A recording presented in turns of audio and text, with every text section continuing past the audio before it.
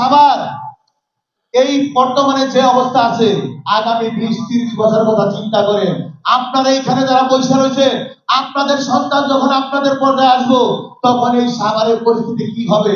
Aricha road থেকে দেখেন, যতগুলা কানেক্টিভিটি রোড আছে, বাজার রোড, সিটি সেন্টার দিয়ে Subanbagh road, Aricha road, Birulia road, তারপরে আপনার নিউ মার্কেটের সামনে যে রোড, গ্যান্ডার, ওলাই, একটা রোডে আপনি দেখবেন যানজট ছাড়া আছে?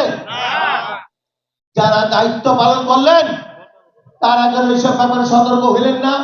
এক্সাম্পল দিলাম, এই জনসভায় যদি অসুস্থ হয়ে যায় কেউ, আমি তারা হাসপাতালে নিয়ে যেতে যানজটে সে রাস্তায় মারাও যেতে পারে, এমন পরিবেশ হয়ে রয়েছে না?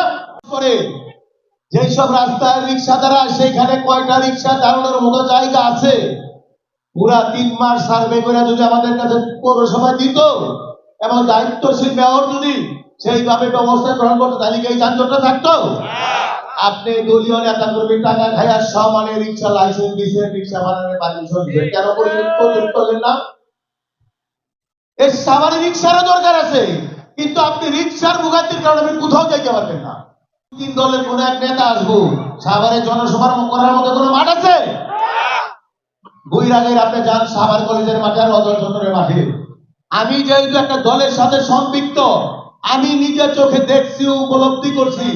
3 দিন আগে থেকে ওই রাস্তাঘাট, ওই এলাকার মানুষ চলাচল করতে পারে না, কারণ আমাদের নেতা কর্মীর ভিড়ে একটা পরিস্থিতি সৃষ্টি হয়ে থাকে।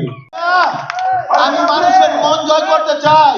আমি চাই সাভারের মানুষের চিত্ত বিনোদনের জন্য একটা বড় পার্ক হবে, একটা বড় মাঠ হবে। যত রাজনৈতিক দলের সভা সমাবেশ আছে শহরের বাইরে, সেইখানে হইব। সেইখানে আমরা কমপক্ষে 3টা 60 ফিট রাস্তা রাখবো, 30 ফিট যাইবা, 30 ফিট আইবো, এমন 3টা রাস্তা রাখবো যাতে ওই রাস্তা কখনো যানজট না হয়। করতে পারেন নাই, জনগণের কাছে কি কারণে আসে, কি কারণে মেয়র হতে চান, কি কারণে এমপি হতে চান? কই আপনারা তো মন্ত্রীও ছিলেন, পারলেন না একটু করতে? দেখেন আগামীতে কি করি। আপনাকে আমি আরেকটা কথা বলে, আগামীতে বিএনপির নমিনি হবে ডক্টর মোহাম্মদ সালাউদ্দিন বাবু ভাই, উনি এমপি হবেন, মন্ত্রী হবেন। আপনারা চাইলে আমিও মেয়র হব।